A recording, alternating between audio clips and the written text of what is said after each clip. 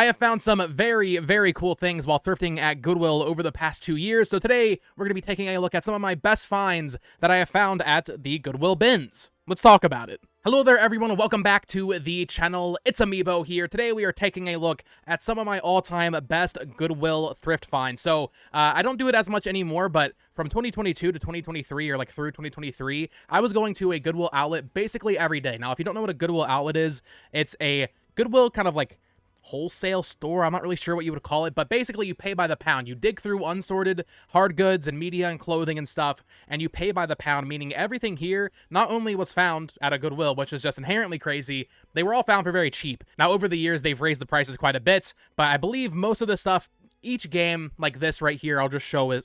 This was probably like 40 cents, maybe 50 cents. And that just goes for everything here. Everything here was very cheap. So I thought it'd be fun to just kind of go down memory lane and show you some of my absolute craziest finds at the Goodwill bins. Starting with this, my girlfriend found this. Now you might be thinking, Bo, what is this? What is this little shirt doing here? She wears this, actually, although I probably could sell it if I wanted to, but it's too cool to sell. So you're thinking, okay, this is just a weird Kirby shirt. This is actually a Kirby staff shirt. Yeah, really weird. So I don't know when this would have been worn by Nintendo employees, maybe just around the office. Maybe it was for like PAX East or something when that game came out, what, 2018? So yeah, maybe it was for PAX East, but yeah, this is one of the weirder things we found. Just a Kirby Star Allies staff shirt.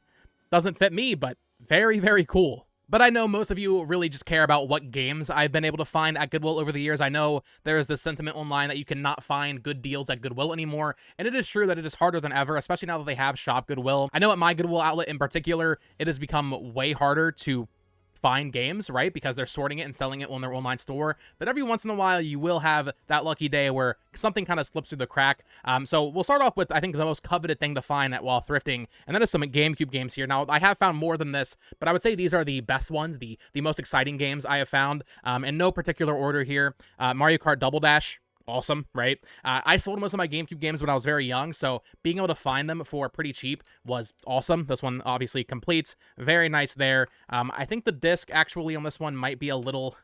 Yeah, this one, this one's pretty scratched. I did recently pick up another copy of this that had the bonus disc, and that one's flawless. But, you know, even a scratch disc, paying Goodwill bins prices... Not gonna leave this, obviously. There have been some games that I've seen other people grab that I'm very jealous of. I know the day I actually found these two in particular, I found Wind Waker complete, very clean copy. That was awesome. This is one of my favorite Zelda games, if not my favorite Zelda game. So finding that was obviously a big deal, as well as Metroid Prime the same day. So I have to assume they were donated together or something. So yeah, finding both of those on the same day was incredible. Of course, also complete here. That same day, though, I specifically remember seeing someone grab Path of Radiance. So, like, obviously that hurts a little bit. But, hey, I was very happy finding these two that day. Even though, I mean, I don't think either of these are, like, that expensive or necessarily hard to find. Just being able to say I found Metroid Prime and Wind Waker at a Goodwill bins is freaking awesome, right? And paying, you know, less than $1 a piece for each game is just incredible. Some other random ones here. This one is not complete. Super Mario Sunshine, obviously, got some stickers on the front. And then, yeah, the disc is just loose in there. It does have a sticker on it. I was curious when I found this. I think this was maybe supposed to be put on Shop Goodwill or something, and then it just somehow ended up in the bins, maybe? Maybe that's what that sticker is? Same thing with this copy of Super Smash Bros. Melee I found. This one's a little bit more complete, but it doesn't actually have the manual. It just has like this little insert. And then it had that sticker on there, although I tried playing this, and the sticker was like slightly peeled off, and it was like making the GameCube not run the disc properly, so I had to like try to peel it off. I need to go back and finish peeling that off one day. But yeah, I had the same sticker, so I don't know if that was like a Shop Goodwill thing. Maybe they were meant to be put on the website that day, and they just weren't for some reason. But those are some of my best GameCube finds. But also, this one's crazy. Thousand Year Door. Now, I found this twice, actually, back before the remake was even announced. So this was when Thousand Year Door was still like a $100 game. This is a very clean, very complete copy of the game. Very happy to have found this. But if you follow my other channel, Botox Games, I used to post YouTube shorts showing what I found. And I know people don't like to believe the crazy stories of Goodwill finds, but I guess just take my word for it. There was one day where, you know, we grabbed our stuff, we were looking through our cart, figuring out what we actually wanted to pick up. We had a Wii Play in our cart, and I was like, okay, I don't buy Wii Play. I'm not going to buy Wii Play. It's worthless, right? I already have Wii Play. And I just opened it up, and there was a 1,000-year door disc inside. I could not believe it. So, moral of the story is, if you were out thrifting at like a Salvation Army or a Goodwill, check all the cases, because it is possible you will find gold in like a Wii Fit or a Wii Play case, which is just absolutely crazy. And then final GameCube game I'll show for now, this is the most recent one that we have picked up at the bins, is Simpsons Hit and Run, which not complete, but still very cool. I love this game. I played it on PS2 growing up, but I recently popped this into the GameCube. I talked about it in a video a couple weeks ago, and yeah, it's been a lot of fun just revisiting a lot of my childhood games. So finding all of those GameCube games at Goodwill for very cheap, obviously that's like the highlight, I would say, just of like beefing up the collection. However, there are some way better finds we have made, as well as some just way more expensive things, as well as just cooler items, I would say. GameCube, awesome to find. I think that's like everybody's dream is like finding GameCube games at a Goodwill. But we have found some very weird, very interesting items beyond just GameCube over the past couple of years, including this big box copy of Mario Teaches Typing. Like, this is something I would have never bought on my own, but finding it at a Goodwill, paying like maybe $1 for it because it's a little bit bigger, right, is just very, very cool. This is floppy disks, I believe, in here. There is a CD version. Oh no, I'm knocking stuff over. But yeah, has the manual in there, has the floppy disk there for Mario Teaches Typing. Just very cool to find.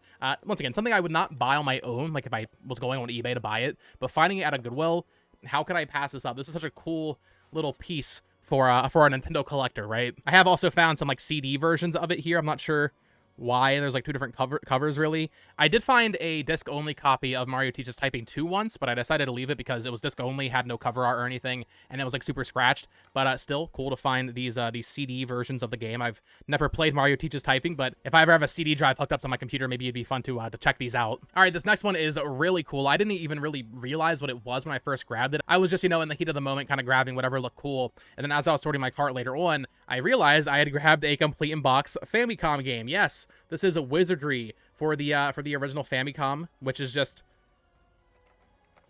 Why was this at a Goodwill bins in America? Like, why was this donated? How did I find it? Like, what magical powers that be brought me to this copy of Wizardry for the original Famicom? But this thing is complete, I'm pretty sure. I'm not sure if Famicom games had like a little cardboard insert like a lot of other old, you know, cartridge-based systems, but there's the cartridge as well as the manual here. So that's my only original Famicom game I have. I don't have a Famicom, obviously. I would love to one day. That'd be kind of a cool collector's piece. But yeah, this was a very interesting one to find just because, like, why? Not only is it weird to find a Japanese, you know, Nintendo game, but also it's complete, which I guess is more common for Famicom games than like NES games, but still very cool to find this. Now that one was weird, yes. However, this one was even weirder, especially because it was actually in a bin that the employees were getting ready to take to the back and kind of just dump and then sort to wherever they take the stuff that doesn't sell at the bins. My girlfriend grabbed this one day, Xenophobe for the Atari Lynx. But it's not just Xenophobe for the Atari Lynx. First of all, it's a complete copy of Xenophobe for the Atari Lynx. If you look here, when she grabbed it, it was actually just full of Atari Lynx games, which I don't have an Atari Lynx, and I probably never will because they're actually pretty expensive. But being able to find just a bunch of Atari Lynx stuff, the box not in the best shape because they were all crammed in there, and I've just kind of left it like that over the years. We do have some manuals here, so here's the manual for Xenophobe as well as a game called Warbirds, but there was actually just a bunch of Atari Lynx cartridges in there. So we had Warbirds, of course. We had Zarlore Mercenary. Xenophobe itself, obviously, got to have the Xenophobe copy in there. Paperboy as well. Then we had Tournament Cyberball, I believe, is this one here. And then finally, the coolest one for sure, we had Ninja Gaiden. So yeah, that was a crazy find. That was very early when we first started going to the bins very often. And to find just a box full of Atari Lynx game is just like... That's just weird, man. Like this is something I would never go out of my way to buy on eBay or something. But finding it at a Goodwill, kind of having that memory attached to it of finding it with my girlfriend like that is just really cool. We always look at this on our shelf, right? And we're just like, oh yeah, remember when we found that Atari Xenophobe game? So yeah, very, very cool. This is definitely one of the weirdest, like, I guess, console platforms that we've been able to find something for, because I think I've found something on pretty much every Nintendo platform at this point except for Virtual Boy, and I think I found something on pretty much every PlayStation, Xbox, and even Sega console at this point in time, but Atari Lynx game, very, very interesting. This one is crazy, so it's not as good as it looks at first glance. I did have to buy the cartridge for this, but we did find the box and manual for Link's Awakening DX one day. What's crazy was it was actually not complete, so we found the box, and then we were like, okay, obviously, if the box is here, there's probably a manual, maybe even a cartridge. We did not find the cartridge, unfortunately. I did go out and buy a cartridge later on, but there is we did find the manual, which is just crazy. Like, it was just buried under a bunch of DVDs. And the fact that the box is, like, in pretty good shape, like, yeah, obviously it's worn, but to find a Game Boy Color box, especially for a game that's actually, like, good and I want in my collection was just super cool. So yeah, not the greatest condition, but for what it is, very happy to find this. Next up, let's take a look at a couple of DS games I've managed to find over the years. Only 3 here because the thing with DS games is most people just took the cartridges out and donated the cases or threw away the cases or whatever the case may be, pun intended. A lot of the time we find empty cases. So while I have found empty like Pokemon cases before, it's not that exciting because they're empty. Sometimes the manual's not even in there. But these are 3 that we found over the course of 2023 that were all complete. And it's weird because we didn't find them on the same day. We found them like one week we found one, the next week we found another, and then the third week we found the final one, which is really interesting. I don't really remember the order. That's when I picked up. When I grabbed it, I didn't realize it was an expensive game, and I didn't realize it had like... I didn't realize people cared about this game, but I realized later on people do care about it because it's a licensed property, and also it was made by WayForward. Aliens Infestation, which I've been meaning to go back and play this one because I've heard it's actually a really good... I don't know if it's a Metroidvania exactly, but this is an Aliens game developed by WayForward, of course, the Shantae team. So this was obviously a very cool game to find at a Goodwill. Like I said, when I grabbed it, I was like, oh, an Alien game, that's probably like, I don't know, like a $10 game. Little did I know, it's actually like a really good game, apparently, that people really love. So that was one of my best DS finds at the bins, as well as my girlfriend grabbed this one, Ghost Trick Phantom Detective. This one was funny because she found it, like, I think it was either like 2 weeks before or 2 weeks after the Switch remake came out, or the Switch port. This is another one that is complete, though. I don't know if this one still holds any value, really, because there is a Switch version, but still, very cool to find this. And honestly, although I have not played Ghost Trick, that's one of those things, like, if I play it, or whenever I do play it, because I will get to it eventually, I'll probably play it on DS. Like, this is a DS game to me. I don't know if I'd want to play this on the Switch, to be honest. And then finally, the least exciting of the 3, although I think it is another WayForward game, Contra 4. So this is another one that I grabbed. It's just cool, like, right? Like, it's not anything that crazy. It's not a mainline Pokemon game complete in box, but still finding a copy of Contra 4 as well as Aliens Infestation and Ghost Trick at Goodwill is pretty crazy, especially for 2023. All right, so once again, to kind of just remind you of how the bins works, basically there's these big blue bins of random unassorted stuff, and they'll kind of shift them out throughout the day, take them to the back, put out new stuff, and people will stay and kind of line up and just wait to see what the new stuff they bring out is. We came in one morning at opening, and one of the bins that was left out overnight, meaning it was actually put out the night before while we weren't there, I just found this sitting in there, and I assume someone else probably saw it but didn't grab it because of the damage. And I actually made a video about this at one point, but I took it down because so many people started messaging me, asking me like to sell it to them, and I was like, I don't really want to sell this. I'm gonna keep this. I'm a Nintendo collector. But this is one of the coolest things I've ever found. This is a white BDNA Yoshi plush here from Yoshi's Story, with the tag even, which is crazy. So the story with this is, and it says on the back here, you can find me in the middle 2 stages of level 3. The story about this little guy here, and as you can see, he has some eye damage there, which is why I think it probably didn't sell, right? Like, no one else picked it up because it was damaged. The story with this is extremely rare. Apparently it was a pre-order bonus or a pre-order exclusive to Toys R Us in 1999 or whenever Yoshi's Story came out, and it is severely, severely coveted. People go crazy for this thing. I've seen solds for, in good condition, over $1,000. So this is probably one of my single best finds ever at the bins. I don't collect plush like that. I mean, I do have a lot of plush. In fact, I might do another video on just all the plush we found at the Goodwill bins because we have found quite a few very interesting ones, including some that you might be able to see back there, like the little Mario 64 Mario and Bowser and Yoshi there. But this is definitely probably the most expensive thing I have found at the bins. Even with the damage, people were still offering me money for it, and I was like, I'm just going to keep it. This is cool. And it's, once again, it's the fact that, like, I found it in the wild, which like adds like a little bit of a story to it. Like, this is a cool thing to have, and I can tell that story now whenever someone asks, like, oh, what's that white little Yoshi? So yeah, definitely one of our craziest finds, and very happy to have this, even though, like I said, I don't really collect plush intentionally. And then finally, while this isn't everything I found at the bins, if you guys enjoy this video, I will do another video showing some of my other very cool finds. There was one day in particular that actually made me start going like very consistently, like almost every day of the week when I was able to. There was one day when I first started back in like January of 2022, and this day like changed my perspective on thrifting. I've always enjoyed going to Goodwill and trying to find good deals, but this was, and still is, probably the best day I've ever had of thrifting, and unfortunately that was like right when I started, so I got a huge like dopamine rush, and then it never really quite replicated because as time has gone on, the employees there, they start understanding like, okay, we need to pull these games and sell them on the website, right? So they don't go to the public as much. But there was one day in particular, I'm just gonna put up the image. It was really freaking crazy.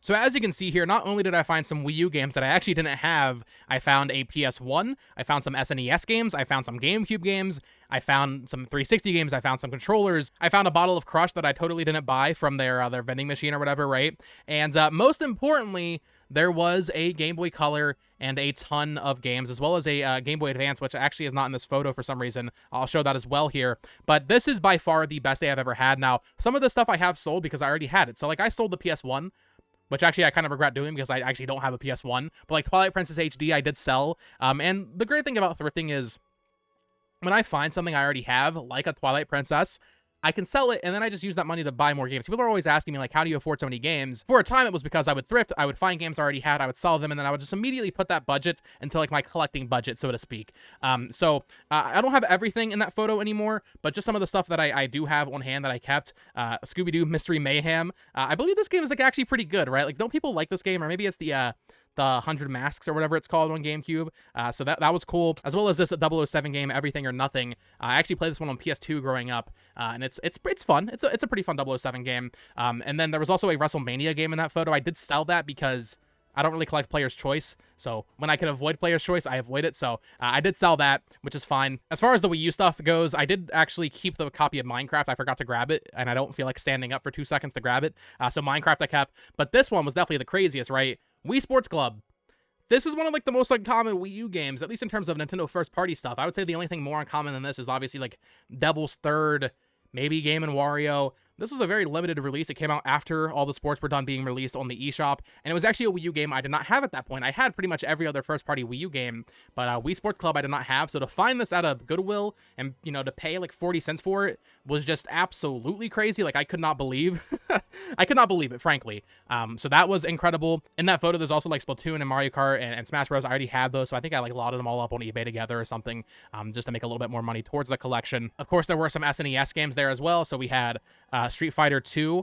Shout out to Rosenbaum here. I still need to clean these. As you can see, it's been 2 years. I have not wiped these down. That's a little gross. Oh, geez. We also have A Link to the Past here, as well as, finally, Super Mario All-Stars. Now, there was another SNES game that day that I have actually since gotten a box for, and that is Donkey Kong Country. Someone else was offering me some very cheap, just empty SNES boxes, and I was like, okay, I'll pick up your Donkey Kong Country box, because I already had the cartridge for it, so I have a complete copy of Donkey Kong Country now. It does have the manual in there. This was pretty recent that I got that box. I think I might have shown it in a pickups video earlier this year. So that was awesome, because I didn't have any SNES games, but then the main thing from that day, in my opinion, even though everything else was incredible, was the Game Boy stuff. So first up was this blue or purple, I guess, Game Boy Color. Maybe I'm a little colorblind here. This is tested, it works. It's not in like the best shape or anything, but once again, to find it at Goodwill is awesome. And then much better condition is this Game Boy Advance here, which actually has the back plate. I guess that's the same thing for the Game Boy Color as well. I know for me personally, growing up, all my Game Boys lost their back covers because stupid kid just losing the back covers, right? So to have like a clean purple Game Boy is pretty cool. And yeah, once again, just to find those at a Goodwill is incredible. But then we get to the games. Now, I don't have all of them on me. Some of them have been packed away. Some of the lesser games, we'll say. But just going through a lot of the first party stuff, or like the more exciting things I thought was from that day. Baseball, which is not that exciting, but also it's actually a first-party Nintendo game, which is cool. Tetris, and here's the thing, right? Before this day, I really had no retro stuff in my collection at all because I had sold most of it when I was a kid. So to find a copy of Kirby's Dream Land for the Game Boy, a game I never even had to begin with, was just freaking awesome. Here's definitely a big hitter. I think possibly the biggest hitter. I think at the time Metroid Fusion might have been more, so we'll get to that. But Metroid 2, I still have not been able to find a cheap box and manual for this bad boy.